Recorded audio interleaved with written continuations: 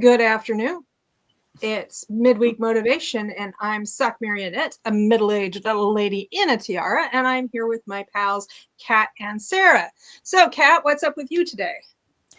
Not too much. I finally got my March pile of possibilities organized and actually posted on Instagram and in my Discord. I did finish my first book of March, Girl Yay. in the Lake by India Hill Brown. Ooh. It's a ghost story of sorts. Not it's what I would consider like light horror for middle grade, but it's my first read for middle grade March. It counts for the BIPOC author prompt as well as siblings, because there are siblings in here.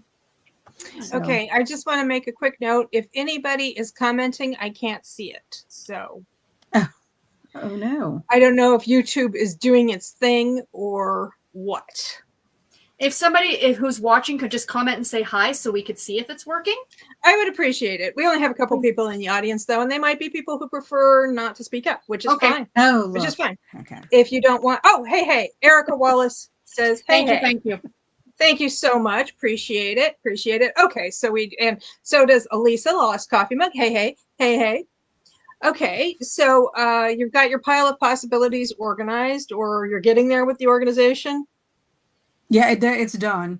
Now, that doesn't mean that I won't add something or take something off. I have a book that I need to order for my Cozy Cottage Book Club that I participate in. And also, I have not picked any of my Week of Weird stories. I know I'm going to do the group read, but Week of Weird is currently happening right now. And I need to read like a weird poem, the group read, and something else, and then we get to watch a movie. I've already decided I'm going to watch Eraserhead because that's supposed to be David Lynch, and that's pretty weird. So, oh yeah, I think it's also one of his weirder ones. Yes, or if you want to watch a movie that is completely out of character for David Lynch, a lot of people are like, "Wait, he directed that?" There's a movie called The Straight Story, which is based on a real story about a guy who traveled across several counties and maybe even a state line. I think he wanted to go visit his brother, and he was driving a riding mower to do this. As you goodness. Do. And yeah, as you do. And it's like, it's a David Lynch movie, but there aren't any like weird creatures. There's no existential body horror or anything. Erica says, you guys just popped in. Okay, a little delay there. And Anna says, I am here, but will mostly be lurking. Well, we're happy to see you. Okay, so Sarah, what are you up to? I filmed and edited and uploaded my March TBR, I guess. It'll go up on YouTube at 3:00. Working on some cross stitch today. My little, what is he? Oh. Not a hedgehog, a burrowing animal.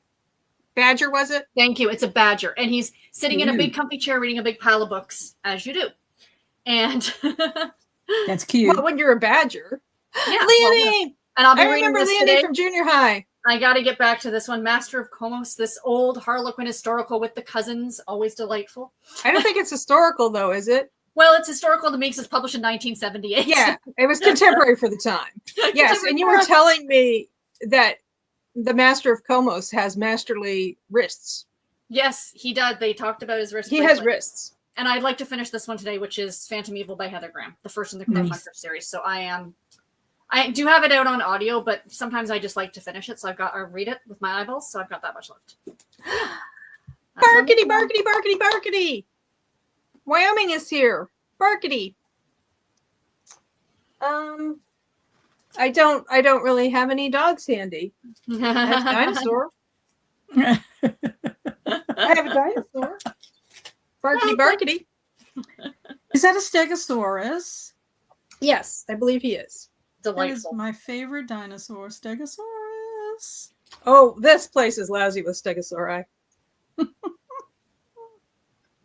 Erica says, Sock, you should go on Jeopardy. Just a thought. Here's the thing about my going on Jeopardy. You can only, I've already been. So I can't go back. Really? You can only do it once? Well, I don't know, because it used to be that, yeah, I mean, you do it as many times as you win, like but once you've been on Jeopardy, I don't know, they have so many contestants and so on that you can't really go back. Stormy's here. Hey. But thank you, Erica. I did go on Jeopardy and I won some money and it was fun.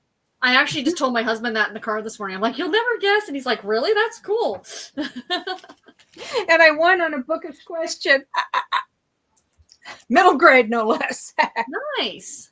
Hey, Storm. Hey, Stormy, what you up to? Hey, Stormy. Hey, not a whole lot. I was like, I guess I'll come up here for a little bit. I told Dad, I was like, I'm tired today. I don't know why.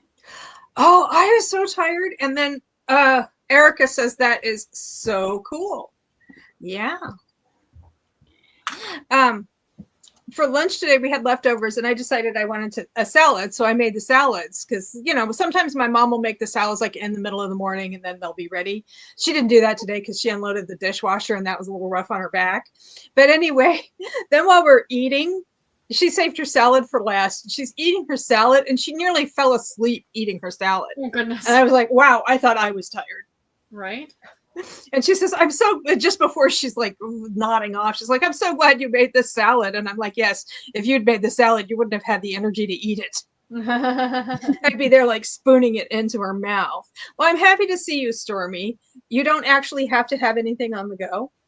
You can just sit there. I will probably, during your, you haven't did your 10 minutes of yuck yet. So. No, we have not. So I'll probably be gathering some things to make a video during one of the reading sprints because I need to make my weekend review video because I haven't done it yet. I am still feeling quite behind. Oh, and a quick programming note from Kat. She will be starting her What's Up Wednesday live stream a half an hour early, so 3 p.m. Central, 4 p.m. Eastern, because the middle grade march. Who's hosting that? Is that you or somebody else? No, it's Krista, Amanda, and Katie, but they do a live stream. Either they'll do sprints or they'll talk about something middle grade related at 8 p.m. Central time, my time. So because of that, I just bumped myself up a half hour so I can jump off so I can attend and do all the middle grade I just wanted to make sure people knew that because I know that we have some overlap in people who attend our sprints. Mm-hmm. So I just wanted to make sure that people knew that was happening. They actually have a middle grade march YouTube channel now. Oh, nice. Mm-hmm. Well, I just wanted the people watching this live stream to know that yours was going to be a little earlier. So for people who are treating this live stream as an appetizer, a pre-show for your live stream, yeah, I'll try to remember to remind people in a couple of hours. I guess that's going to be. So it's 8 minutes past 2 where I am. So anyway, yes, today's 10 minutes of yuck. I put the trash out yesterday. They picked it up and everything, but the driveway was pretty icy. So we've been waiting for it to thaw, and hopefully it's thawed enough and I can go take care of that. And when I come back, I have this stack of Candlelight Ecstasy Romances. Nice. Because I keep running into these books where I'm reading it and I throw it across the room because they can be kind of a little too retro, a little too caveman. And so I thought if I had a giant stack of them, I would just if one of them offended me, if my right eye offend me, I can pluck it out by checking it across the room and move on to the next. And then put them in a pile to send to Storm. And well, Sarah's very jealous about that. Yes. Well, spoiler alert, but I did when I grabbed this stack of books, there actually were a couple of dupes that I didn't realize were dupes. So she'll probably get a couple anyway. Yeah, especially fun fact, Sock. Oh, I'm sorry. Fun fact, Sock. I read one silhouette. I think it was a silhouette romance. Do you remember that, Stormy? I read it for Garb August, and I actually think it was one of the Candlelight ones. No, it wasn't a Candlelight one. I don't know what it was. I found it at the Friends of the Library store, and I read it for Garb August, and it was not my favorite book. Was it the Sandra Brown one? Sandra Brown writing as Rachel somebody. Yeah. Okay. And so I was like, Stormy and I somehow communicated, and she was like, well, I will take that. And so I sent it to her. I was like, you can have it, because I will never read this again. Well, that's what I did. I sent her one of them. I didn't even bother to take the tabs out. Yeah. It was one of those Amy Lauren books. And the other Amy Lauren book, yes. That's just everywhere. It irritated me. Now that one, I think I kind of skimmed to the end. The other Amy Lauren book, Snowbound Weekend, that was the one with the wrists. Oh, okay. And if you want the wrist action, it's front loaded in the book because she knows what the people want. So yeah, so 10 minutes of yuck, and it's 10 minutes past. So we'll go until 20 minutes past. And I hope you all enjoy your yuck, or at least get it out of the way, and then we can have some fun times. So I'll see you in 10 minutes. Sounds good.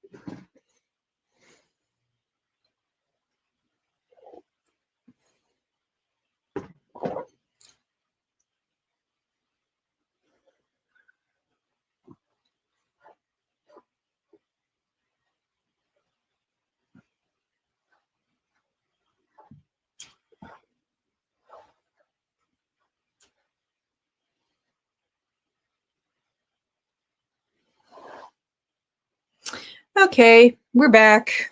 It's been 10 minutes. Excellent. It's really nice out. It was supposed to get in the 50s and it's sunny. And so finally, the ambient temperature was enough that the parts of my driveway that are in shadow got melted. So I was able to, the bin is in. Good. Ana says, I have 4 baskets of laundry to fold. Boo. Plot twist. My cat is napping on top of one of them. So really, you only have 3 baskets of laundry to fold. Wyoming, are you still here? Barky Barky? Let me know if you are, because I have something to show you. Well, everybody, but especially Wyoming. So one of the things I've been up to is transitioning this from being a Christmas tree to being a bookish tree. Last year it was a food tree. This year it's going to be a bookish tree. And I had this bibliophile advent calendar for book lovers. And each day was like a little tiny like booklet. Like this. See, it's got like a little tiny spine, and you fold it out, and it has a couple of discussion questions, and then some like books that are kind of also recommendations. So let's see what the discussion question is here. Today's activity, not a discussion question. Bake something from a baking cookbook you own or a recipe that you find online from a cookbook author. Maybe holiday cookies or a Yule log, and they're like these little illustrations. Super cute. And then the trivia, name the author and YouTube star who wrote the best-selling cookbooks, Dessert Person, and What's for Dessert. And then the answer is on the inside. There's a woman named Claire Saffitz. There's like a little sketch of her. Well, that's cool. And then these various books. These are real books, actually. Anyway, so I took a spool of gold thread and a needle, and I turned them into ornaments. Oh, that's cute. Which was actually my mom's idea. My mom suggested that. So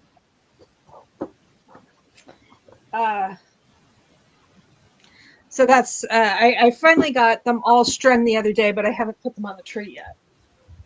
So anyway, so did everybody get 10 minutes of yuck done? Yep. Oh, I guess Wyoming's not here. Well, anyway, Wyoming, yeah. I'd say, tell me when you get here, but she would have, anyway. Yes, so, Kat, 10 minutes of yuck.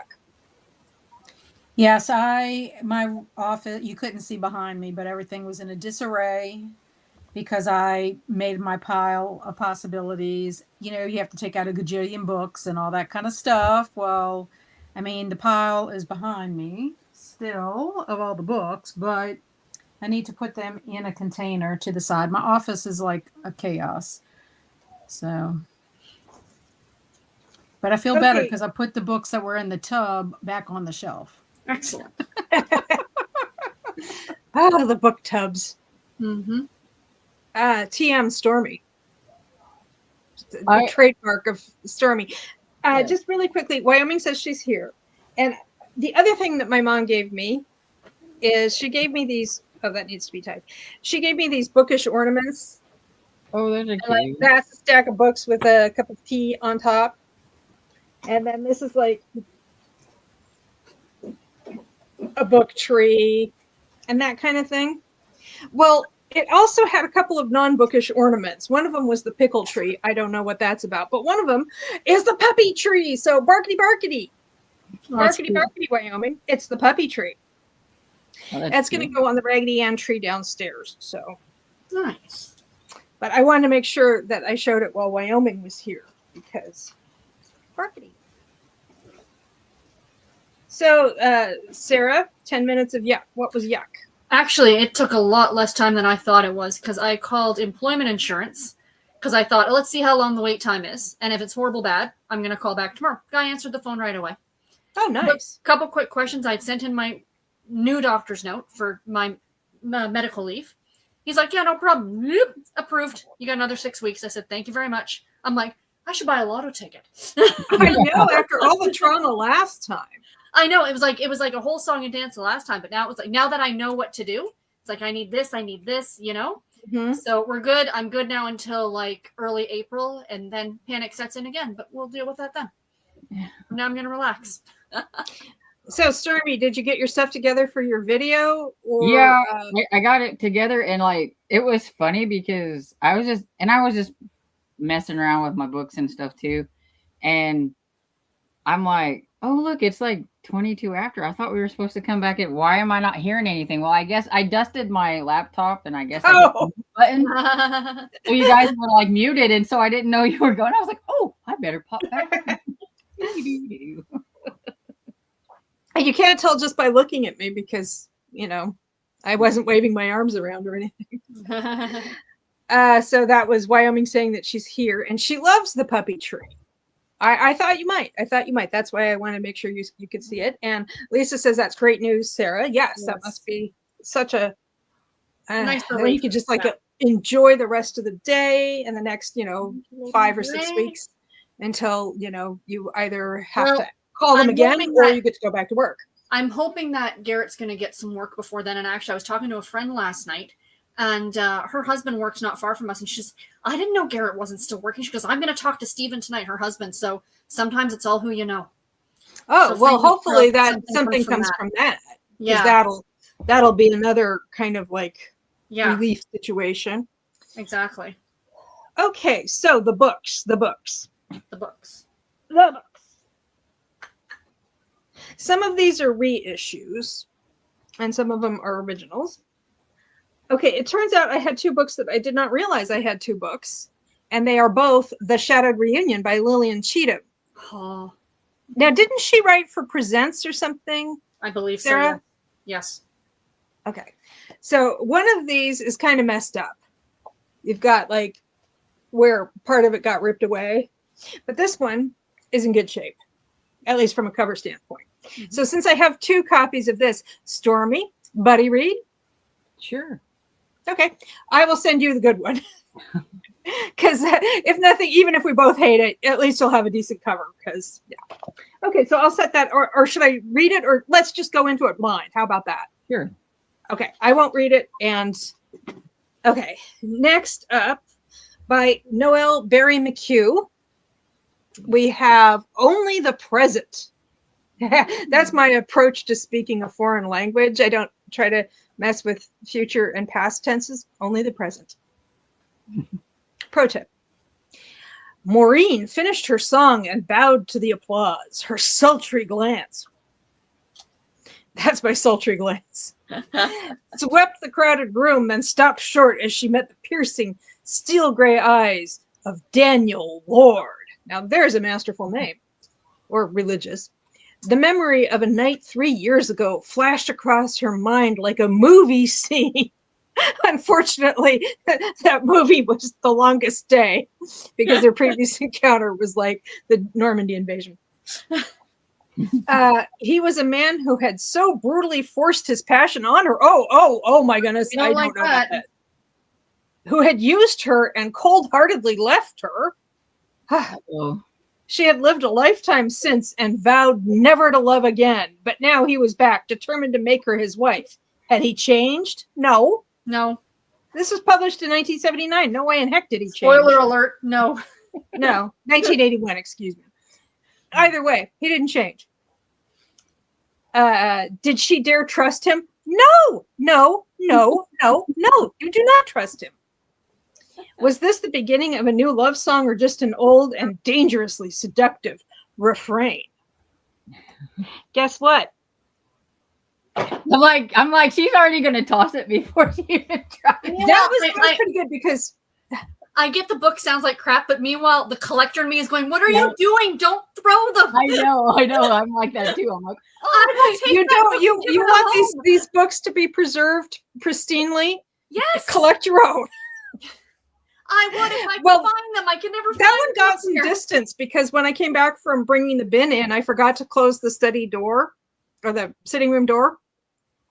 So somewhere mom's like, why is she talking so loudly? I forgot to close the door. So that one actually slid out into the hall. So it got some distance. The Russian judges give it a 3. My thing is, like, she always seems to find the Candlelight ones, and around here I can't not find I know, them. same, Stormy. Oh, nuts! I should not have thrown that. Talk amongst yourselves, vamp or something while I go retrieve it. Because, like, and it makes me like, I am, and I'm not for anything, I am the collector of category romance. It's my channel name. And Sarah, you should tell me what kind of books you are collecting, because there's a whole romance room at the Friends of the Library store that I volunteer at.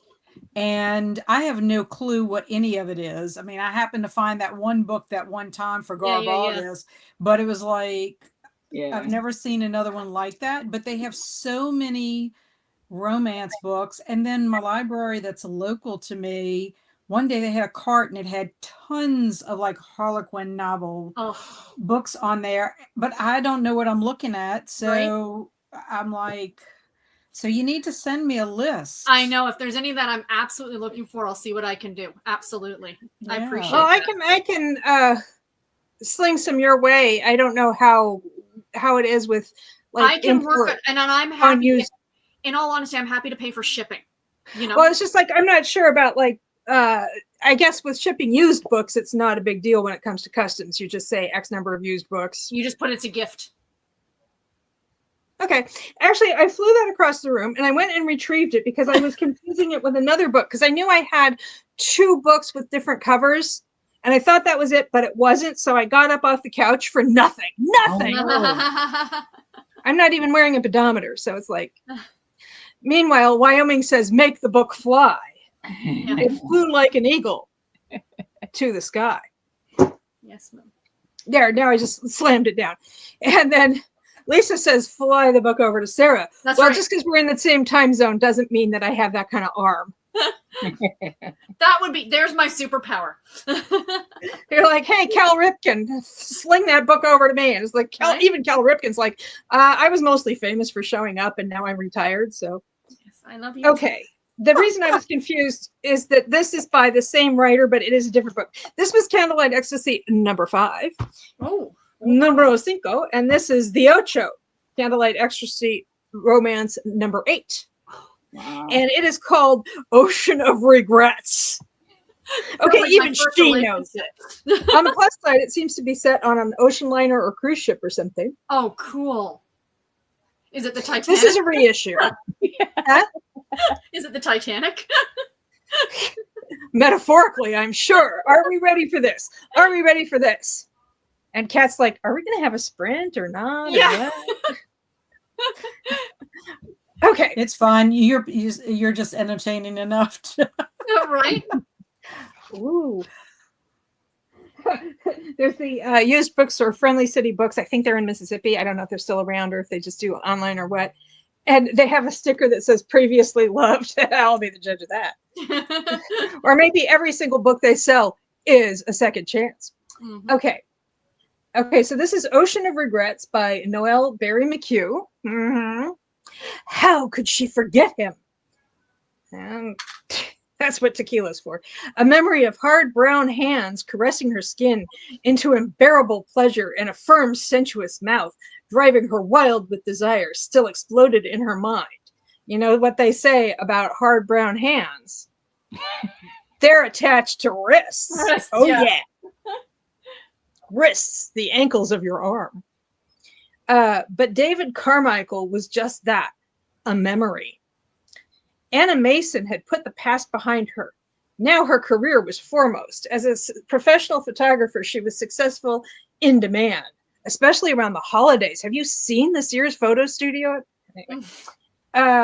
Her latest assignment would take her aboard the legendary liner Queen Mary and bring her face to face with David. Could she hold her own, or would she be swamped by a tempest of emotions and cast adrift on an ocean of regrets?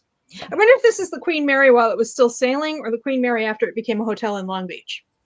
Oh, good question. Because they're the Queen Mary, I mean, there's like a Queen Mary 2 and all of that. But the Queen Mary, the original ocean liner, well, yeah, actually ended up set in concrete in Long Beach on the water, but set in concrete and turned into a fancy hotel. Yes. I don't know if they opened again after coronavirus or if it's just for special events. Oh, I put the banner. Why is the banner on? I don't know. And none of us said a thing about I it. didn't even notice. Right?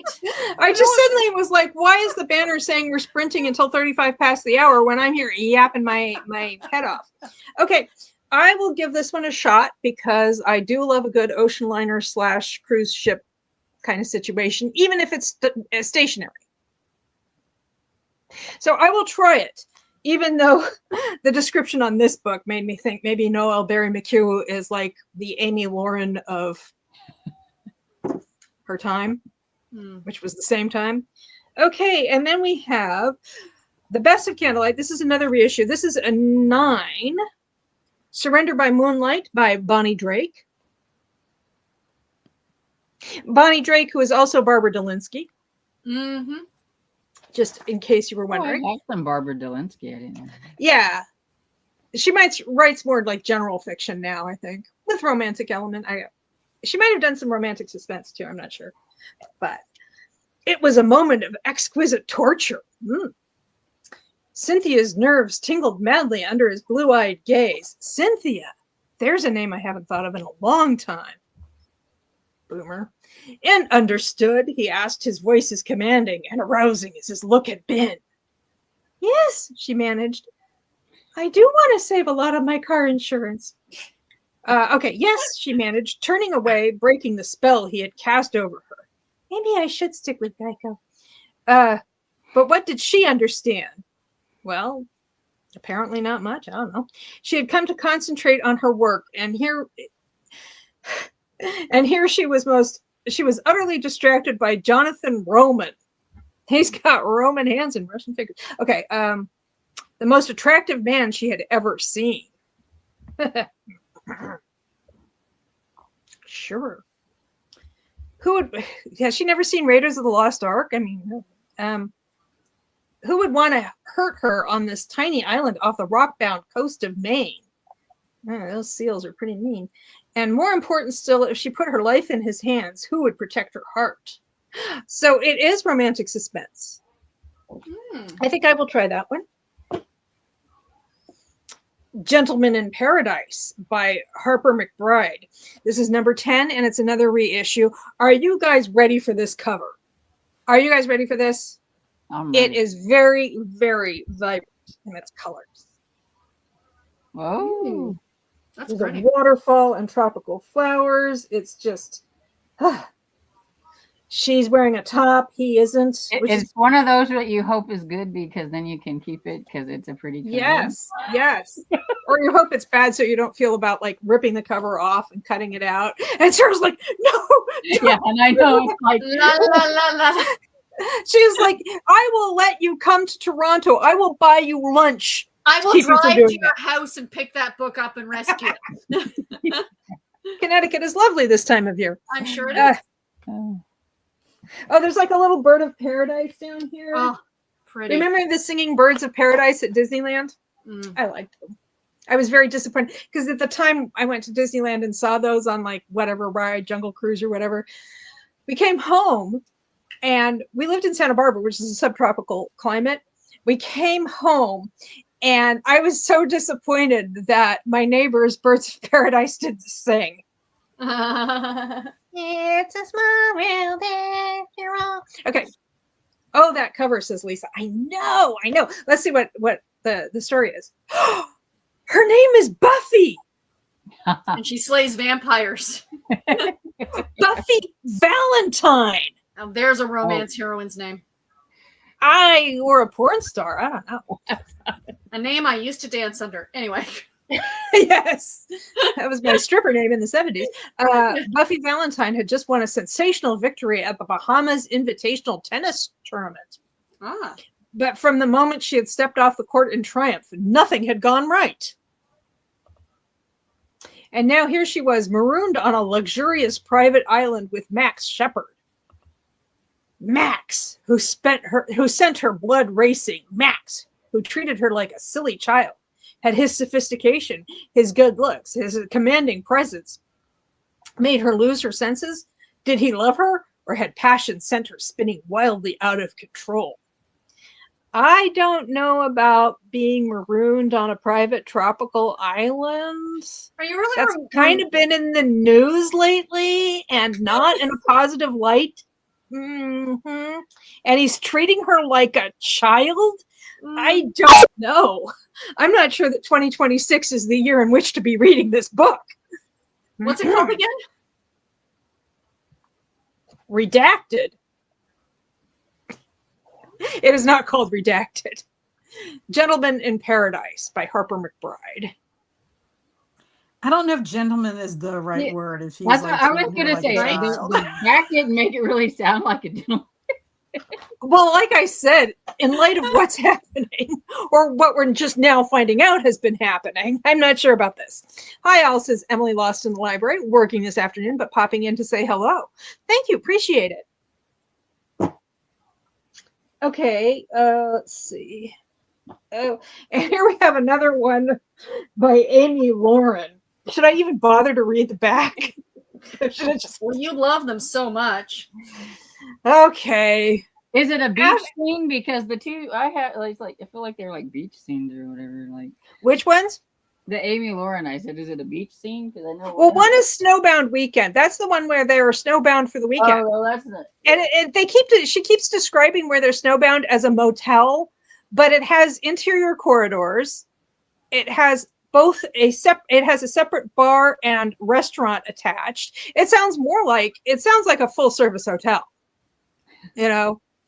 So I don't know that it was really a motel, but it was just not good.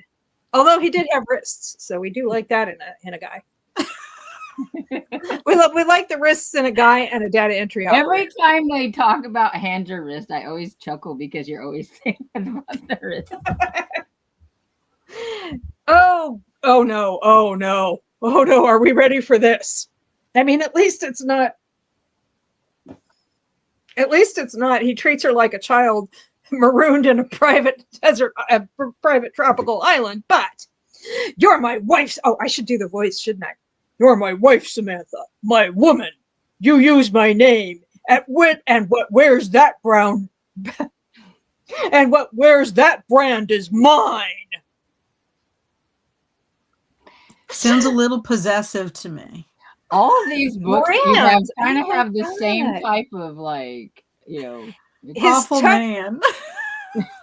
Alpha male to the extreme. What is he trying to prove here? He's so insecure. His touch burned. Well, I think his face should burn because she just slapped the hell out of him, but that's just me. His voice sent shivers down her spine. But he's aching all the time. Little Queen humor, little Bohemian Rhapsody. Beautiful, rich, and disdainful of men. Well, no wonder. Once Samantha would have cut this arrogant rancher dead. But her father's will had changed all that, forcing her to marry him within months or forfeit a sizable fortune. Honey, you can get a job. You don't need this sizable fortune. It was his name for her money. Yeah. Who writes these wills? I'm just like, is there like an attorney who specializes in dodgy wills? Probably. Like, you know, you see the ads, like the billboards and the TV ads for attorneys who specialize in like personal injury. They work on contingency, class action lawsuits over mesothelioma, that kind of thing. Is there like a law firm that just specializes in, do you want to force your descendants to marry after you die? We're the people to call. 1-800. Huh? Is it like call 1-800? Yes, exactly. Call 1-800 Super Shady. Okay. It was his name for her money. It wasn't a marriage. It was a business deal. Once he had seen the solution to all her problems. But now Morgan Wade has other ideas. Hi, honey. I want to be the problem. Basically. You know, these Candlelight ones, I've not read a Candlelight one yet, and they all seem to have the same type of thing going for them. Stormy, you have to read at least one so we can get your reaction to them. I have done my part.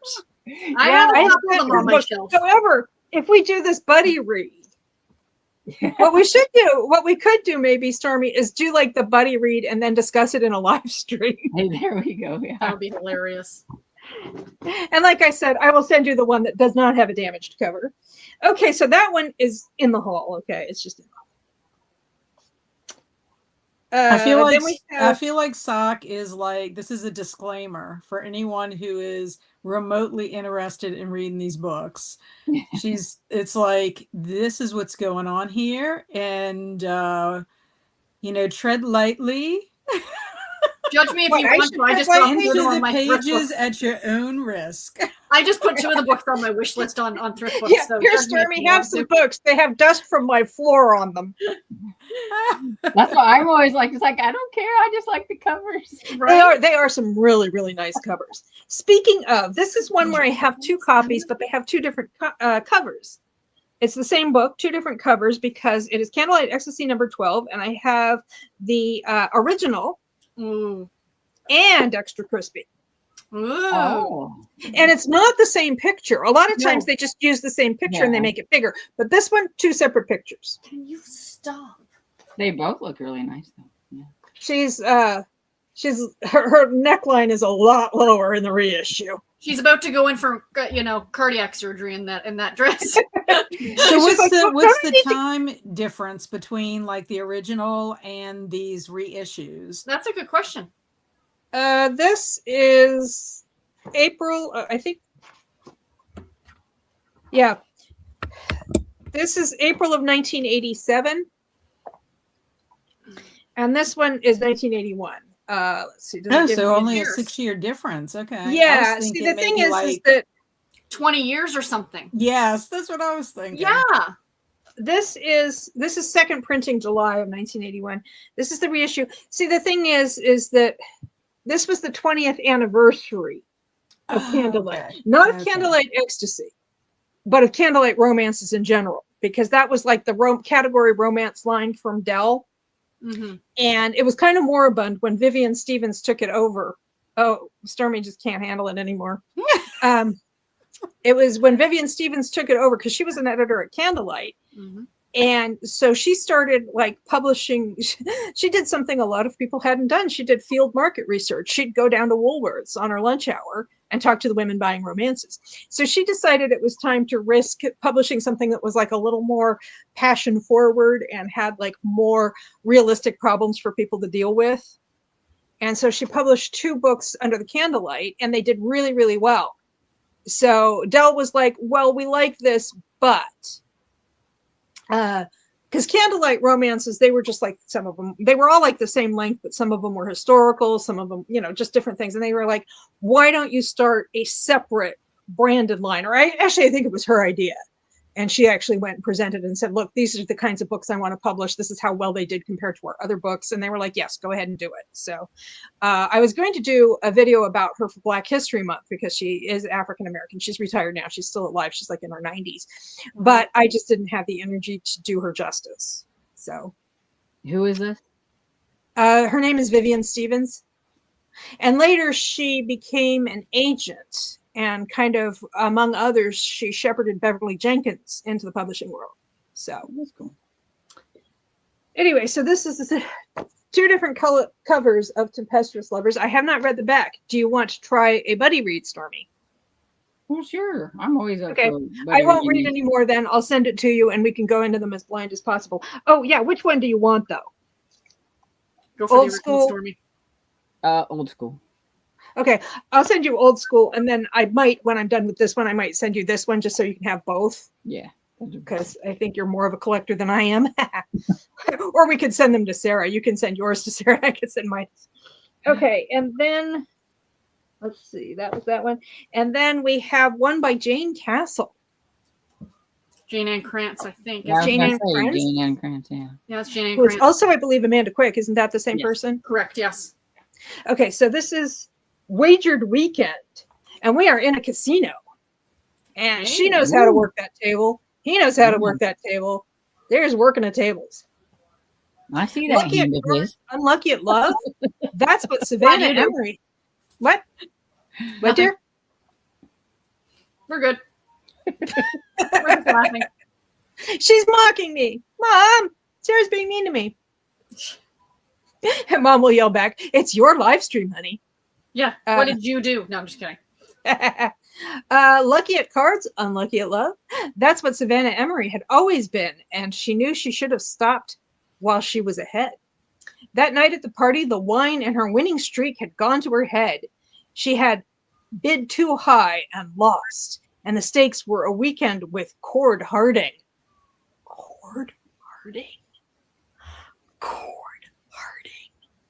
There's a name. That's an awful, awful name. For so many reasons. You're not wrong. Maybe it's a nickname, but what is it short for? What is it short for? Cordial. Cordial? Cordal? I don't know about this. Lean, handsome, with massive shoulders. He's lean and he has massive shoulders. He keeps falling over. I can relate. And fiery red hair. Woo! He's a ginger named Cord Harding. He got beaten up so hard in school. Spent his entire 6th through 7th grades inclusive in a locker. So anyway, he's a man of steely determination. He didn't know what it meant to lose, and he was determined to collect his winnings. Oh yeah. I will have my free birthday pancakes. Okay. So we are left with Ocean of Regrets, Surrender by Moonlight, and Wagered Weekend. I think I am going to try Ocean of Regrets, which is I was going to suggest that one. That's the one that's most likely to go flying across the room, although Cord Harding is on thin freaking ice. And it's also the oldest of the ones that were left after I took out the ones I definitely didn't want to read and the ones I'm going to read with Stormy. And it is Queen Mary. And also it looks like she has, don't you just hate it when you get all dressed up and looking fine and then you realize you've mismatched your buttons? Yeah.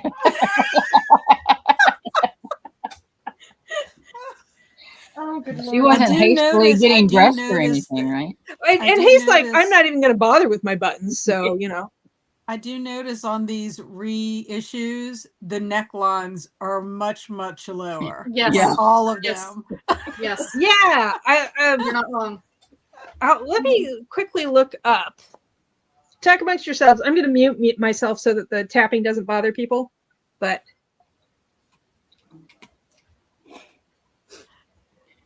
yeah, so Stormy, you should also send me a list of what you're looking for so I can kind of keep an eye out because I have no idea. I see them all the time and I'm like, I don't know if these are good or not. I mean, I guess I can always pick them up and take them home and then ask and then just bring them back.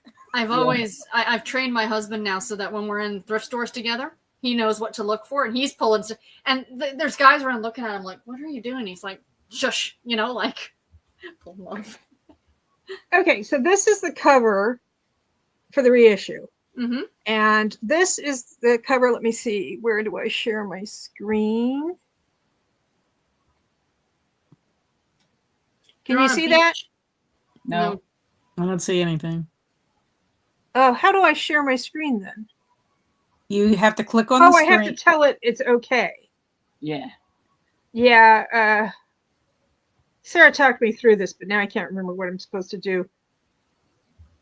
So you did share screen at the bottom. Oh, there it is. Thank you. Pick the screen you're going to share. Yep. Okay. Like you got to highlight it in your list. Mm-hmm.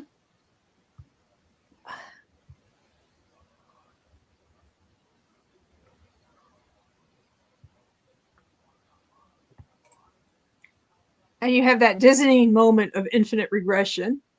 Mm-hmm. There. Can we see it now? Yes. There you go. So I didn't get like the full screen. Sorry about that. But there we can see it's like a completely different cover. Yep. It's like, I actually, let me see. Okay. I like this one better though because you actually have the Queen Mary in the background, and it kind of gives you a better idea of what the story is about. Because the other one, it was like, is this that couple from the Rupert Holmes song, who like making love at midnight in the sands of the Cape? Let's escape the Pina Colada song. He writes mystery novels now. Rupert Holmes does, the guy who recorded that. Interesting. What was the book? It came out something about I murdered people at my job interview or something. What was it called? Oh, wow. I don't know what it was. That's one way to get hired, is by bumping off the competition, but you know.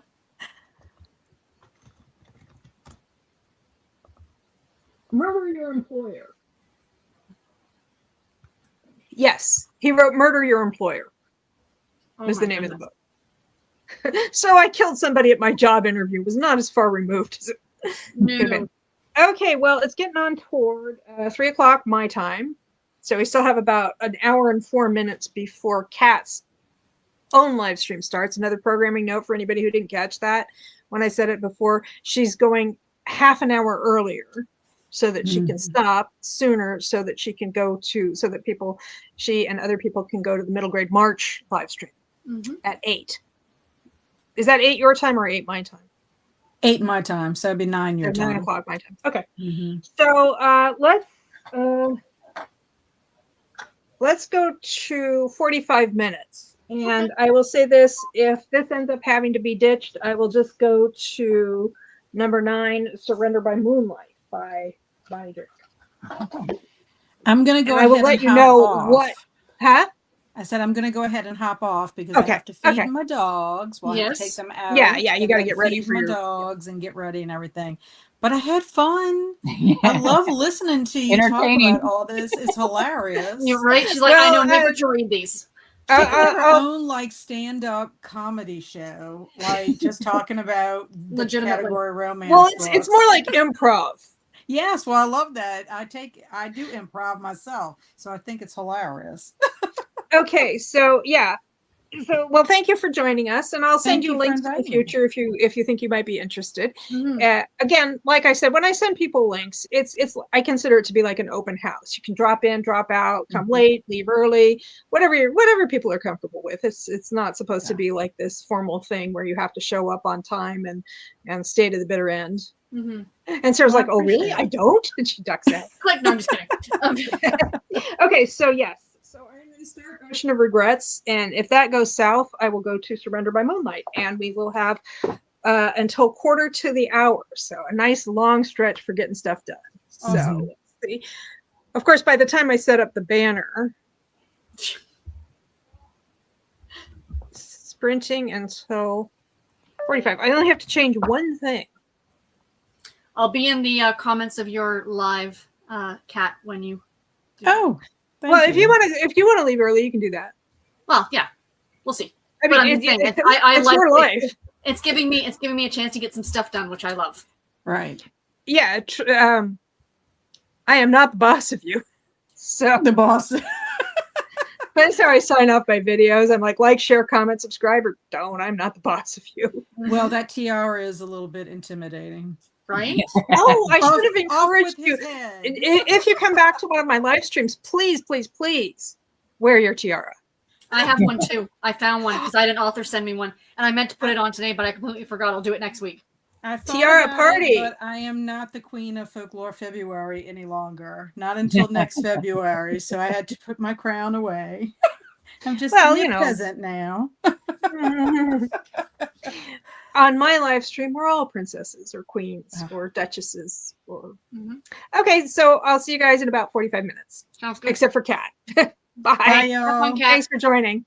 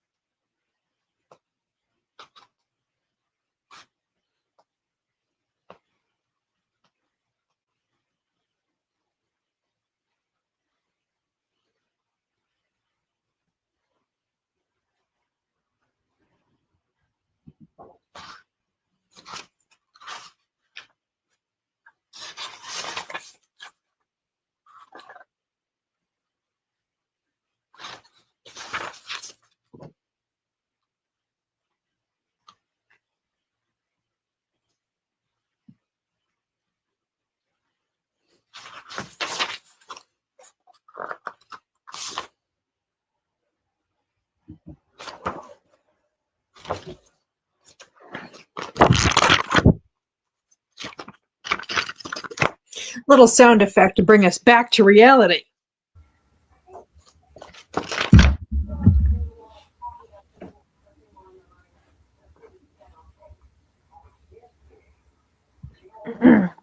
Lisa says, I got a good amount done in my audiobook. What you listening to? What you listening to? I'd like to know. Stormy, would you like to know what Lisa's listening to? Yes. Yes, we are. Inquiring minds want to know. Yes, exactly. I assume Sarah wants to know. Yes, I just needed to get the bright light off me. Was that sun? Yeah, the sun sets here in the afternoon, like on this side of the house, so. Yeah. Well, actually, this is east. Mm-hmm. The sun's over there. Or we're here. I don't know. And I have two fairly large windows here. And I've only got like one of them 25% open on the curtains. Really? And it's still super bright. It's a little darker than it was, but. It's all the sun hitting the snow. Bouncing yes, off yes. Yeah.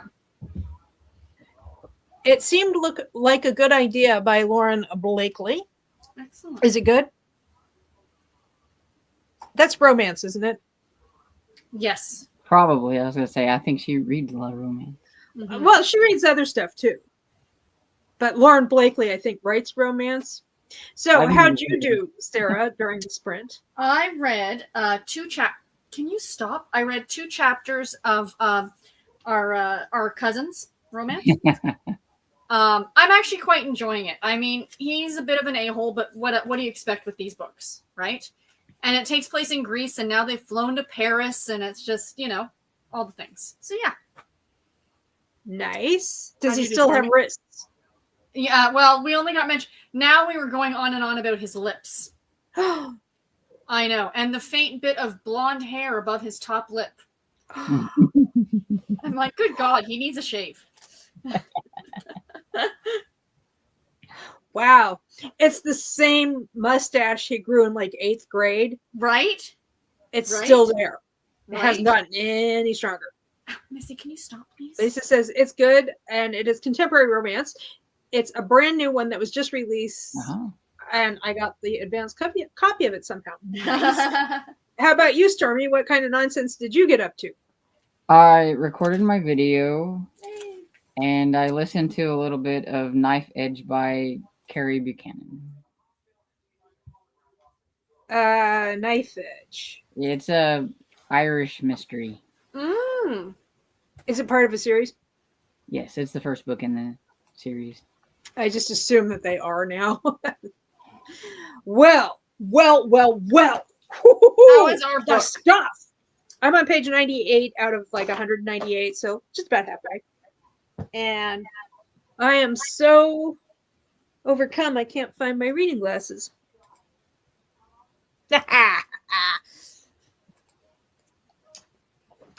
Okay, so let me remind you what this is about. How could she forget him? A memory of hard brown hands caressing her skin into unbearable pleasure and a firm, sensuous mouth driving her wild with desire still exploded in her mind. But David Carmichael was just that, a memory. He's not just that, I can tell you that right now. Anna Mason had put the past behind her. Now her career was foremost. As a professional photographer, she was successful, in demand. Her latest assignment would take her aboard the legendary liner Queen Mary, and bring her face to face with David. Could she hold her own, or would she be swamped by a tempest of emotions and cast adrift on an ocean of regrets? Okay, first off, they're married. Okay. They were married years ago. They met when she was 19 and he was 33.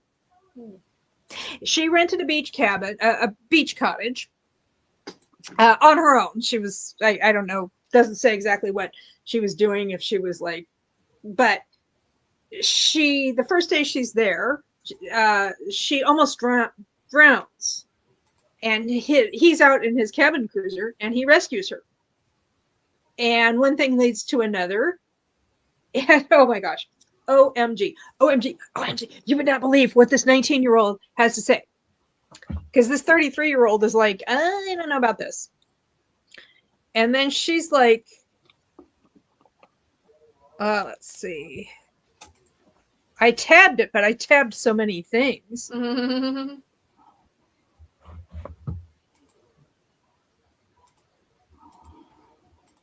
Okay, so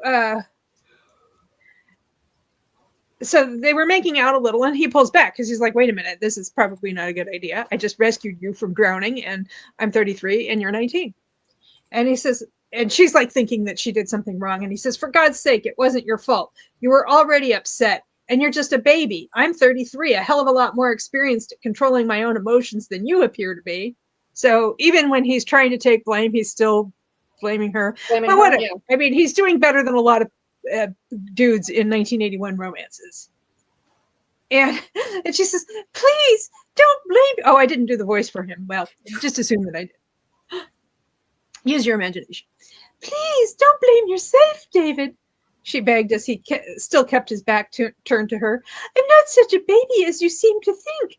I'm nearly 20, after all. I have necked before, you know.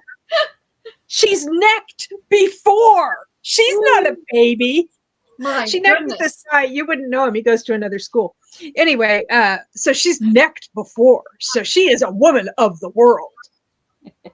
And he's like, is that what? Oh, now I can remember to do the voice. Is that what you call it? Necking? For God's sake, are you so inexperienced you don't realize I was almost at the point of no return? Necking? Hell, we were damn near going at it in earnest, you little fool. So eventually they, within a few hours, they are going at it in earnest. And they have a really swell time for about a week or so. And then at the end of the week, when she's like, I don't want to go back home. I want to just hang out with this much older dude and fool around. He asks her to marry him. 2 weeks later, they get married. And they buy a house together in Sausalito. And it's all going swimmingly. He is some kind of marine scientist.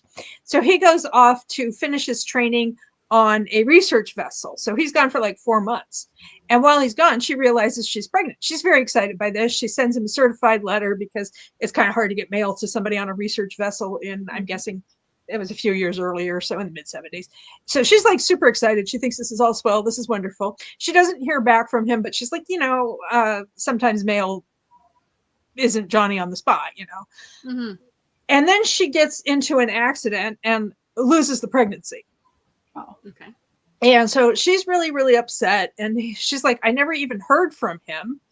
So she finds out, she never hears from him again, basically.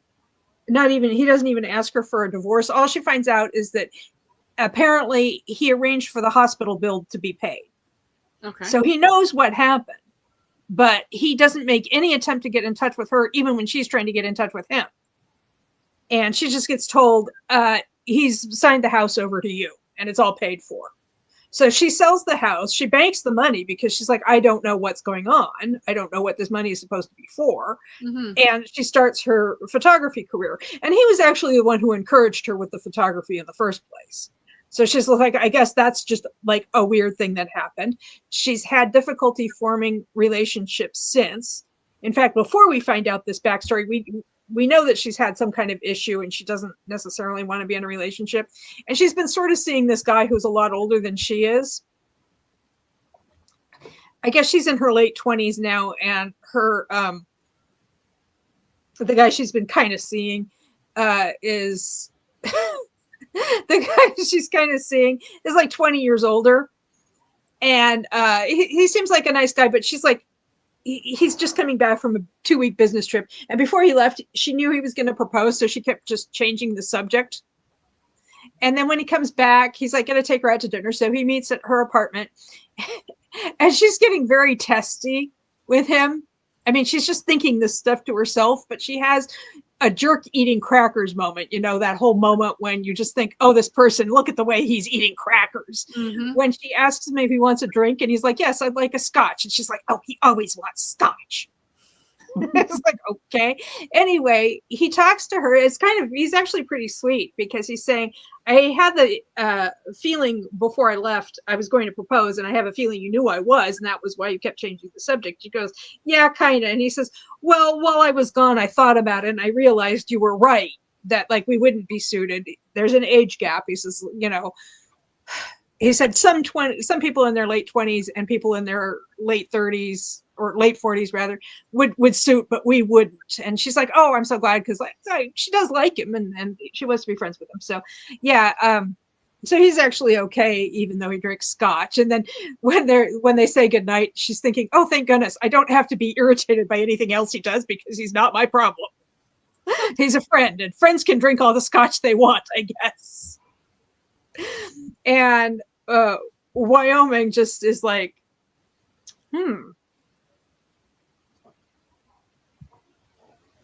And Lisa says, my mouth was dropping open from all of this. I know. I just like literally laughed out loud when she's like, I have necked before. What a woman of the world. And Gwen says, did all women in the 80s have daddy issues? Probably. And all men in the 80s had daughter issues, I guess. Clearly. Anyway, so he has manipulated it. He's like the one who's in charge of this convention she's supposed to be photographing. He's manipulated the situation. And once she finds out that he was behind it all, she tries to walk away. And he's like, oh, I wrote it in. There's a clause in the contract that says, if you leave this assignment for any reason, I can sue you and basically take away your studio. Oh, wow. And he's like so angry with her. And she's like, oh, why are you so mad at me? And he'll just she asked him on more than one occasion, and he's either like, oh, you know why I'm mad at you, without actually saying, or he changes the subject, or he just is like, oh, I don't think you want to know. And it's like, oh, come on. So he demands that she come see him late at night because he's like, we need to discuss business stuff. Business. We have to do this businessy, and we can only do it after 10 o'clock at night in my cabin. Of course. So then he's like, they're making out because, she has necked before. I mean, by then, this is after they were married and she, Anyway, and she's like really upset by everything that's going on, like the way she's responding to him when she doesn't know what's happening. And she actually starts crying. And then she gets swept enough away by passion that she stops crying. But he's like, oh, at least you're not crying anymore. And she's like that was stopping you. Mm-hmm. And he's got a heavy beard. And she's like, maybe you can go shave, because apparently he always used to shave before they, get busy. And he says, oh, okay, I'll do that. And of course, as soon as he goes into the bathroom, she runs away because she's a fairly sensible person. Although I will say I question her judgment on a number of levels, because as the story begins, when they're traveling from San Francisco to Long Beach, they take the 101 to the 5. This is her and her secretary who's coming with her. They take the 101 to the 5. And then they're astonished that it's taking them forever to get from the San Fernando Valley to Long Beach. I'm telling you, you just don't even get on the 5. You go 101, kind of merges with the 5, and they're the same thing for a little while. You just stay on the 101, go out to the coast. It's a beautiful drive. It takes a little longer, but it's lovely, and you won't get as much traffic. And yes, you have to go through the stoplights in Santa Barbara. That you don't have to do that anymore, but you did back then. And and then you take the Pacific Coast Highway, and then you're in Long Beach, and you just had a really, really nice time. So obviously, if she can't even pick a decent way to get from San Francisco to Los Angeles, the other thing is you could take the train. Oh my gosh, that is such a beautiful train ride. There are stretches where you go on the train you go like on the edge of the coast by cool. Vandenberg Air Force Base, because the train tracks have a like a right of way. It's the only way to see that stretch of coast unless you're like in the military. That's cool. Stormy's like, what are we getting these tourist tips? Anyway, I'm just saying she has poor judgment. Anywho, so I think we either have one person left or 11 people left. I'm not wearing my glasses, so no, it's actually 11. I would not blame anybody for running away. Anyway, so that's, and when she runs away from his cabin after he's like been essentially sexually harassing her in a situation that he has manipulated, that's where it was the end of the 45 minutes. Okay, comment. I'm surprised you haven't thrown it across the room. You're what? So I'm surprised you didn't throw it across the room. So it must not be extremely heavy. I am like, what is his damn deal? Yeah, I need to know. right. So yeah, he's being a jerk and stuff, but I am guessing he thinks that. I think it's like that other book I read where she's like, she has a miscarriage, but she keeps calling it an abortion. Yes, Which is that is the medical term for a miscarriage prior in the first trimesters. That is a spontaneous abortion. Spontaneous abortion. But she doesn't call it a spontaneous abortion. She just says abortion. And he's like, well, you had an abortion. You didn't even talk to me about it. And she's like, well, it wasn't my choice. And then when he says, well, you said you had an abortion. And she says, no, I suffered an abortion. A spontaneous abortion. That's the correct medical term. And then she's like absolutely astonished that he jumped to the wrong conclusion. That was in the Breeze Off the Ocean, the Amy Lauren book that you have. I'm thinking that maybe he thinks that he found out that she was pregnant by some other way than the letter she sent him, and that she suffered a miscarriage, and that somehow he got his wires crossed and thinks that that was something that she chose to do without even discussing it with him. Gotcha. I'm guessing that's what happened, but we shall see. Anita is here. Hey, girls. Hope everyone is doing great today. Oh, I'm doing fantastic. This is irritating me, but in an I can't look away sort of way, as opposed to this book is going sailing across the room and into the hallway kind of way. Same here, Storm, says Lisa. I would have thought that book would have met the wall.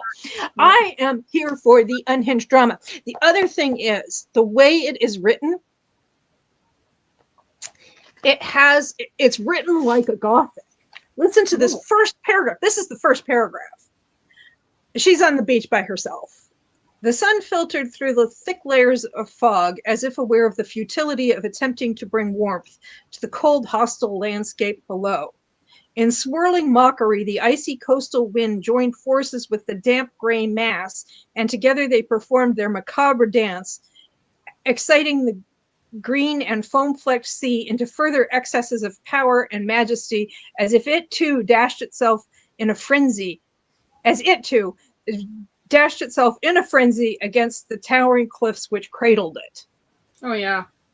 I mean, how can you resist? Well, probably a lot of people can, but it's just like in the first, there's something called, I don't know if you're familiar with the term pathetic fallacy. Pathetic fallacy is attributing human emotions to inanimate objects or weather systems or whatever, the angry ocean, the mean river, and so on. There are, in the first 10 pages, I literally lost count of how many times she employed that device. Like right down to the fact that when she's scrabbling, by her, I mean Noel Barry McHugh, down to the point where when Anna is scrabbling for her keys in her purse, it's like the keys are elusive. Like the keys themselves are trying to get away from her. And I'm like, yes, I know that feeling. I know that feeling all too well. So I'm into it. And Gwen says, or someone else's baby. Yes, that's very possible as well. I was also wondering, like, maybe if somebody was spying on her to know that she's been hanging out with that other older dude. So, I mean. Well, no, I mean, that was just before this. That's just as the book is starting. So several years after they split up. So if he thought she was pregnant, maybe he had mumps as a child and didn't realize he could father another child. Anyway, so also when they first meet and she introduces herself to him and says, "My name's Anna Mason." Anna, Anna, he whispered, in a question in his voice as he gently lifted her chin to gaze into her face. That's a nice name, but I'll call you Anne. And then he proceeds to just keep calling her Anne. That's... No. Choices are being made. Mm-hmm. Why does he need to call her Anne? Maybe he, like, met some woman who was absolutely awful who was called Anna. I don't know. I know my great-grandmother, her name was Elizabeth Allison, and her husband called her Allison or Allie, but that was because his first wife, who died, her name was also Elizabeth. And he felt weird calling his second wife that same name. So maybe it's something like that, but he doesn't offer any explanation. He's just like, I'm going to call you Anne because your own identity is kind of useless. I'm almost certain my father didn't want me named Sarah because it was an ex-girlfriend's name. Oh. Mom got her wish. I mean, just like she spelled it without an H. You're fine. That's right. Yeah, that's why Mom always. Anyway, with an H. But I just was like, you're only 19. You can get used to your new name. Right? Yeah, I hope you don't mind it. I'm going to change your last name because we're going to get married, and I'm going to change your first name just because, you know. You can. I am of the name it and claim it school of thought. Anyway, so yes, I agree that it's surprising I haven't thrown this across the room, but I am like wildly curious to know why. Just why. But I mean, if you're reading these books, and we do, all three of us do, you know these are going to be issues, you know? But that's part of the fun of reading them, in my opinion. Like, how deranged are these, actually, you know? Yeah. How ludicrous can they get? Yes. I mean, when I was like, oh my gosh, they're married? Yep. And then I was like, oh, they're divorced. It's like, no, they actually never signed the divorce papers. They're still technically married. And then he accuses her in the present. He's like, what does he say? Something about how, oh, she's like, yes. He's like, I'm paying you a lot to do this photography work. And she's like, yes, but that doesn't, you're only paying me for photography work. That doesn't entitle you to anything else. And he's like, well, I don't know. You accepted payment before, meaning this like money that he just gave her. Mm-hmm. And she's like, I didn't spend it. It's all still in the bank. If you want it, you can have it. And it's also like she didn't even ask for it, you know? So. I like her. Well, I think she's a little bit of a doormat. But some of the things she's doing isn't horrible, considering. Yeah. I mean, she's like, it kind of depends it's a low bar sock for those books. Yes. And I mean, he is like 14 years older than she is, and now she's hopefully older but wiser. But I am curious to see like what the why he behaved that way back in the day, and what he's going to do about it when she finally confronts him and he hasn't, you know, it's eventually she's going to ask these questions and he's going to answer them. I hope. And it's either going to be good or bad, and then it goes across the room. One way or another. I don't know. And I'm also intrigued. I mean, remember, by the time she was 19, she had necked before. No wonder he thinks she's loose. Right? Okay, just a reminder to people, I should have said something earlier, but time got away from me. Kat's sprints have already started. So What's Up Wednesday is already an ongoing thing. She started early today. So for those of you who are planning to migrate, sorry I didn't mention it before, but that's what's happening. Gwen says, if you were going to give someone a special name, at least make it special. Concur. I know. It's like, I'm just going to call you Anne. He's like, you need a nickname. We'll call you Anne. Huh? It's like, Anna's nice, but we'll call you Anne.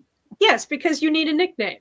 And it's like you don't even know her well enough to come up with something like freckle face or sweet cheek. He doesn't have time to say both syllables. He's very I know. At one point when he's reviving her from almost drowning, and she's like, it looks like she's going to pass out again because, you know, She's just been, he's like, oh, honey, don't flake out on me. And I was like, oh, flake out on me. It's the 70s. That's right. Yeah. So, yes, it's the 70s. And he just simply does not have time to call her Anna. Yep. Or Peaches. Or Honey any Bitch. other nickname that would be a little more personal and a little less, oh, I can't be bothered. Right. Okay. Well, I am going to continue reading. Are we ready for another sprint? Yes, ma'am. I am going to hop off because I'm about to fall asleep.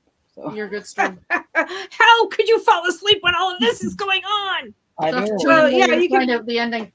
You can always watch it back at your leisure to find out, Yeah. or quiz me in other circumstances. That's right. I will probably keep you on and be in maybe the chat or something, but I'm gonna go lay on my bed. Oh, okay. Very good. Okay, well, sweetie. enjoy the rest, and if you fall asleep during, like I said, it's an open house, so just drop in or out. Gwen said he has a fish called Anna.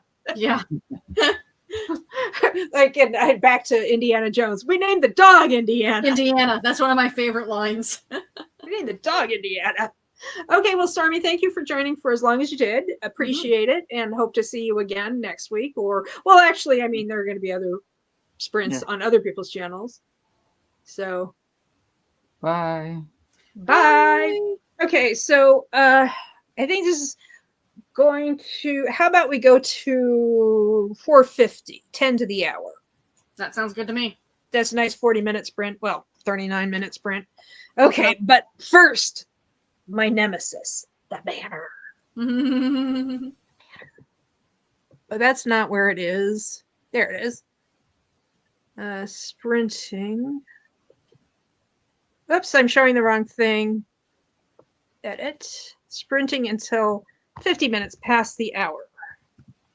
Should be finished by then, and then I will spill the tea. Yay! Okay. Yahoo! Okay, see you in 40 minutes. Sounds good.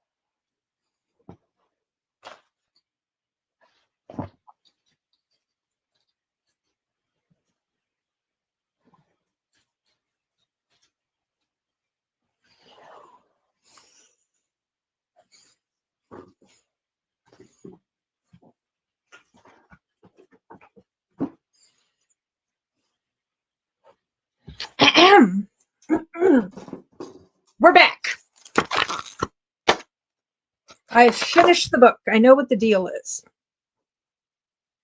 And Lisa knows what the deal is because she almost got done with a chapter in On What Grounds that she is reading for March Mystery Madness.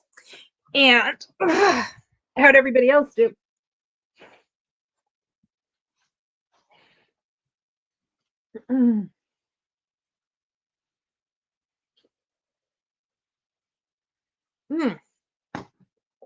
Coffee.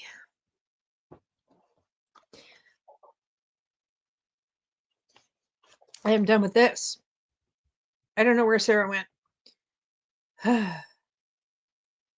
She got called away. Anyhow, so this is the deal with this. I read another 3 chapters, says Anita. Did you tell us what you were reading? If you did, I forgot, and I'm sorry about that. But if you could refresh our memories, that would be lovely. Thank you. Yeah, so I was he for some reason did not receive the notification of the baby, and when he yeah Anita, people want to know. People do want to know. I want to know. Lay down and listen to some of Knife Edge, says Stormy. Nice. Do you feel it all refreshed, or are you still just kind of dragging? I'm starting to get a little tired. Anyhow, so, okay, what happens in the present day, well, in 1981, is that they go back to, more. Wyoming says, I just watched Bee's latest video. It's a must-see. Her daughter is having school pictures today. Bee did her hair up so cute. She's wearing a tiara. Well, I can't say I disapprove of that. I am in the pro tiara camp. Yes. Tiaras for all. Apologies. I had to step away because my brother came over, so I just went over to say hi. Oh, okay. Yes. Sorry about that. This book. Yes. Okay. So, after she runs away from his cabin, I don't know, some stuff happens. It's all kind of boring. And they end up on his cabin cruiser, which he's either refurbished or bought a new one. She and her, but it's like not just the two of them. Her secretary is there, and Carl shows up. Anita says, I am reading Touch Her and Die by Jolie Vines. I am loving it. Great. Ooh. And Stormy says, still dragging, so droopy-eyed. Aw, poor Stormy. Stop it. It's the midweek slump. Anyhow, so Carl shows up. Carl is the Scotch drinker. Oh, yes. Okay. And he's had a mutual antipathy with her secretary, Carla. Mm-hmm. His name is Carl. Her name is Carla. She's in her mid to late 40s. He's in his late 40s, early 50s. So, of course, they're going to get together. Mm-hmm. And they do, and it's lovely. But anyway, meanwhile, they're all in the cabin cruiser. And at one point, she and Carla, go into this room. And it turns out to be, a love nest. He has, on a boat, installed a circular bed. Ew. Yeah, on a boat. Ew. I mean, it's weird anyway, but on a boat? Yeah, right? It's like, that's a lot of big is this thing? What? That's a lot of seasickness. Well, not just seasickness. I mean, I guess you could box the compass, but it's not exactly. Both spaces at a premium. And around bed, a circular bed, not necessarily the best use of space. Yes. How are the kitties doing, Sarah? Oh, they're fine. Anita's here. Anita wants to know. Yes, they're good. Thank you, Missy's been wandering in and out. Oh, God, yes. And anyway, so they're on the cabin cruiser, and they end up going down to San Diego, and he reserves rooms for everybody at the Hotel Coronado, or Del Coronado. It's just like that beautiful old hotel on the sea. It's been used in a lot of movies and TV shows. It was the Miami hotel that they used in Some Like It Hot. Oh, okay. Okay. They filmed on the beach in front of the Coronado Hotel, and they were just pretending it was Florida, which is fine. And it was also used in Charlie's Angels. I think it was that episode where Cheryl Ladd played a ghost, but I think it was before she joined the main cast. I think it was or maybe it was somebody who looked like Chris just showing up. I don't know exactly, but I do know that Cheryl Ladd was being a ghost. And so I'm like, you know what? I'm back on my BS again, because I'm like, if they had actually taken the 101 instead of going on I-5, they could have stopped off in San Luis Obispo and spent the night at the Madonna Inn. I mean, if we're hitting these landmarks of California, right? Go all in. Anyway, so at the Hotel Coronado, they go to Bangtown. And then the next morning, well, she like leaves early. And the next morning at breakfast, she's like, he's going to confront me. And he just kind of like ignores her, basically. And then they're back in Long Beach for the convention. It's a Save the Whales convention, by the way. Oh, okay.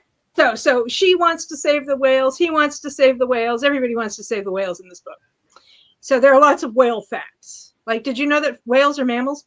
Anyway. Yes, I guess. But I mean, it's just kind of like educating the reader as to why she cares about the whales. Because back then, nobody would know that. Yeah, and he cares about the whales too. I mean, he's not just doing this to get into her pants. I mean, he is an ocean and a marine scientist. So, and he's like talking about how he worked with the Cousteau Institute in France. That was why he was gone for so many years and stuff. Okay. Anywho, so everybody, at least they're all on the same page in terms of like their values in that regard. So, so they're wrapping up the convention. She goes back to San Francisco. We like get this time skip. Actually, we have her sneaking out of the hotel room. Okay. And then it's like 6 weeks later. And then we go the doubling back to tell us what happened in the intervening 6 weeks. I am telling you, this thing was edited by Quentin Tarantino in that regard. Anyway, so 6 weeks later, and she's feeling kind of faint, and she actually passes out. So they take her to the hospital, and they keep her in the hospital for like 4 or 5 days. 1981. And it turns out that she was malnourished because she's like had poor appetite and everything. And it's like after a few days, they're like, okay, we thought you might be pregnant, but we couldn't do the test right away because it hadn't been too long. Okay. But she's pregnant again. And then old Mr. Clumpy Stumpy comes stomping in. And she's just like, she's kind of had it with his BS. And he's convinced that she's having a hot and heavy affair with Carl. And he doesn't listen to anyone who tries. Gwen says, clearly she's never been to California and is just going off of maps. Yeah, right. Yeah, could have stayed at the Madonna Inn is what I am saying in this situation. Gwen knows what I'm talking about. She doesn't live in California, but she used to. And anyway, so what happens is he's like, I was right. What happened was when he came to see her, when he found out she was in the hospital. Okay, he goes home. He comes home from France because he can't wait to see her. So he comes home. He goes to their house. The neighbor says something about her being in the hospital. So he immediately runs to the hospital without stopping to ask any questions, as you do. He had not gotten her letter about the baby. So he shows up at the hospital and he overhears a doctor and a nurse. They mention her name and the word abortion. 5 years later, she explains to him, this is why you ask people questions. Yes, exactly. Because abortion, as I discussed earlier, means something different to medical providers than it does in the general course of most discourse. It's abortion. It's spontaneous abortion. It is not anything anybody deliberately did. So he's been holding a grudge for 4 million years, 5 years over this, because he never even tried to talk to her about it. Because why should he do that? Okay, so then Carl and Carla do some meddling and basically force them to talk to each other. And the way Carl knows that, what's his pickle? David? Yeah, sure. Mr. Mann here. He knows that Mr. Mann is under the false impression that Carl and Anna, as is her real name, are having an affair. So he basically calls David, with whom he's been making friends, and is like, oh yeah, I'm marrying Carla. You want to be best man at the wedding? And that makes David realize that, Carl and Anna are not having an affair. They're not having a romantic relationship. They're not planning to get married or whatever. So it's basically, and then, so they talk a little bit.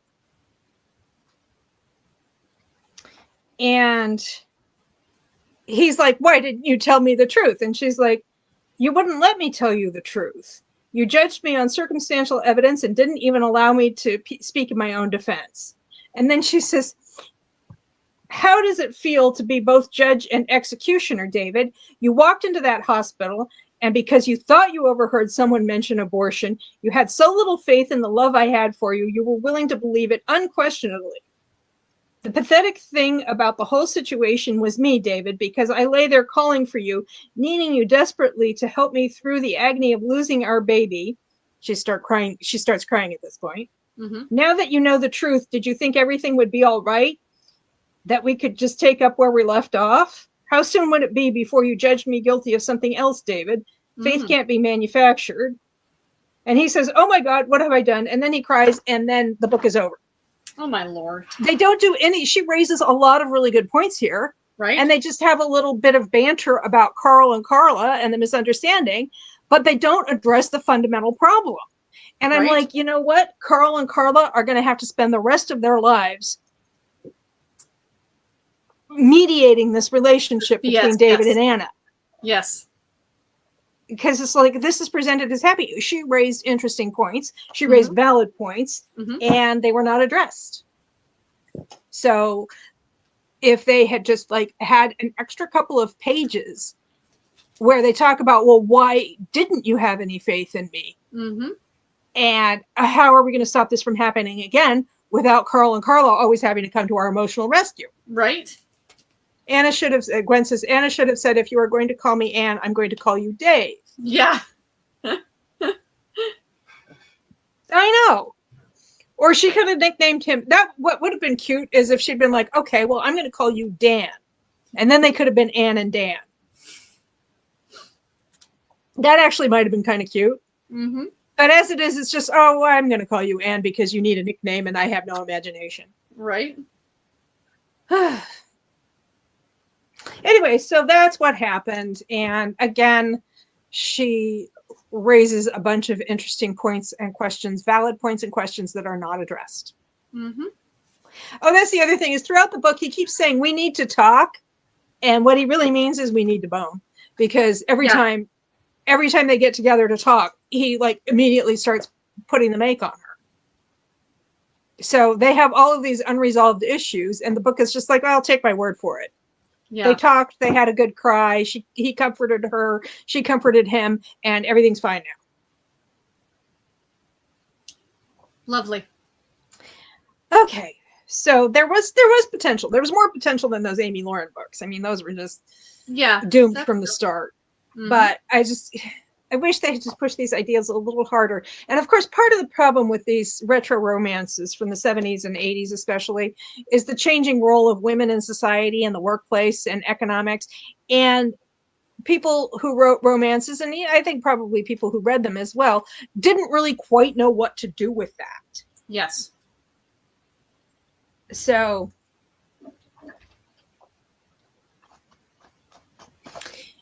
don't get me started on the inherent sexism of the free love movement in the 1960s. Anyway, so that was Ocean of Regrets by Noah Barry McHugh. Do I have an ocean of regrets for having read this? No, not really. Not really. I enjoyed the way she used language. It was like beautifully over the top, and I was there for it. I'm not even saying that. Well, I'm not saying because it was fun to goof on the way she wrote. I enjoyed those kinds of things from time to time. I mean, if every book were written like that, I wouldn't be able to take it. But I do enjoy that she put, went there. She had her own voice that Noah Barry McHugh did. I think it actually could have been a better story if she had just put a little more effort into the reconciliation. So that's where I went with that. So I actually did finish the book I started. Well done. Well done. I mean, I did do that pre-reading weeding. Yes, of course. Pre-read weed. I don't know. The pre-weed weed. Anyway, Gwen says, at least she had a good career for the 80s. Yeah, and that was the other thing is that actually, when they met and she was 19 and he was 33, he actually encouraged her. He'd see her photographs. So she liked taking quick pictures. And he actually looked at them and he was like, these are pretty good. you could make a career out of this, or you could do this for art, you could do this for money, or both. And he encouraged her to take classes and stuff like that. So, I mean, at least he had that. And he was also on the right side of history when it comes to saving the whales. Yes, yes. And again, it's one of those books that could have been much better than it was, with just, well, I say a little bit of effort, but it's easy for me to sit here in 2026 and say, oh my gosh, if you had just answered some of those questions instead of raising them and immediately dismissing them. Mm-hmm. Anyway, so that's another midweek motivation. I hope everyone feels sufficiently motivated to come back next week. And if you're watching this back later, I forgot to mention you before. Thank you. From the past to the future.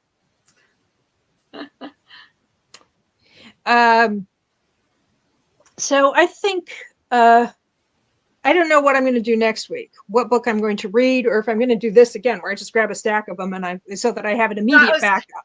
It was kind of fun. I'll be honest.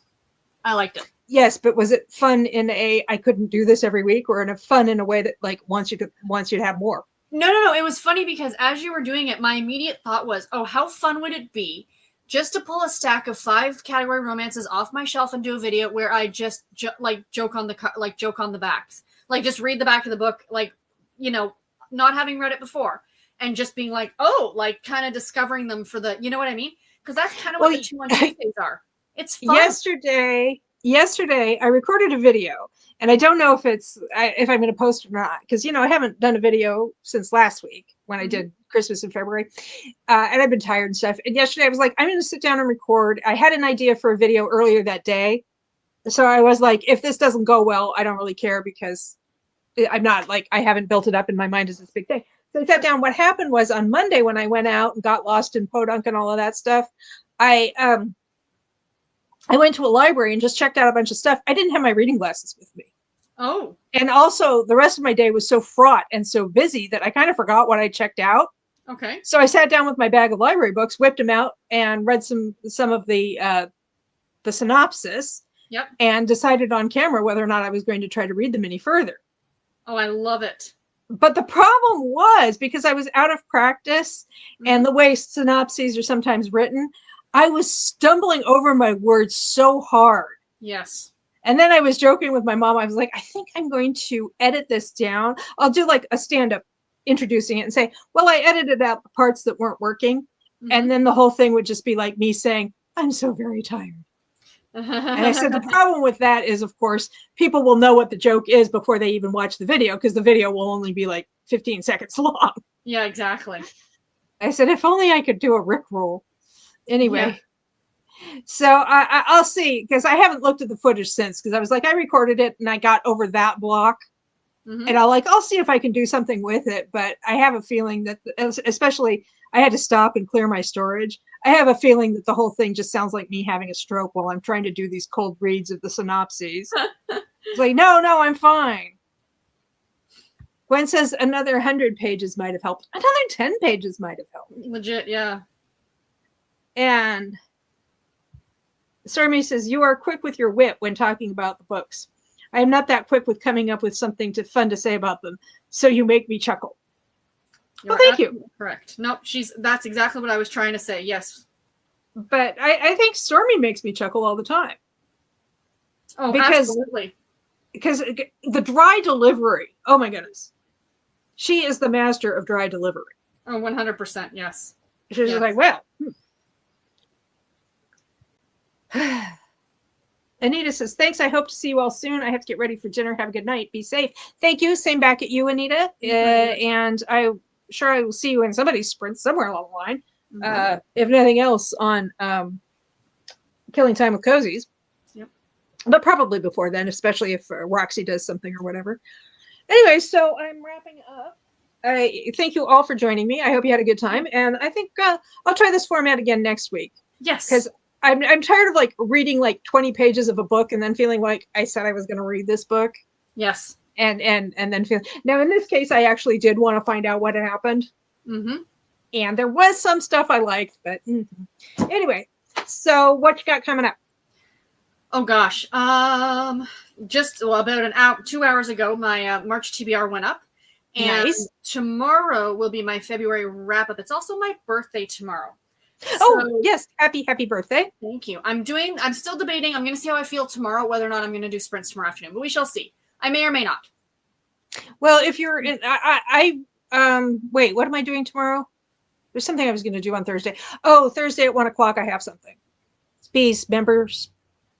Oh, yes. Yeah, I had to unfortunately let my membership go only for financial reasons. Yeah. Anyway, but if you're interested in having me on camera, I can do that, or I will be in the comments. I'll send you the link, same as here. If you can jump in, great. If you can't, so be it. Yeah. Yep. Stormy says, have a great rest of your day. I think I'm going to go have a nice cozy collapse. So you're not the only one. I'm going to go have dinner. Okay. And Wyoming says, thank you, ladies. It's been a great time. Thank you. Thank you, Wyoming. It's always happy. I'm always happy to see you in Silly, barkety. And I had a fun time. I'm less tired than I was when I started, which is always good. Oh, that's good. I feel more, activated.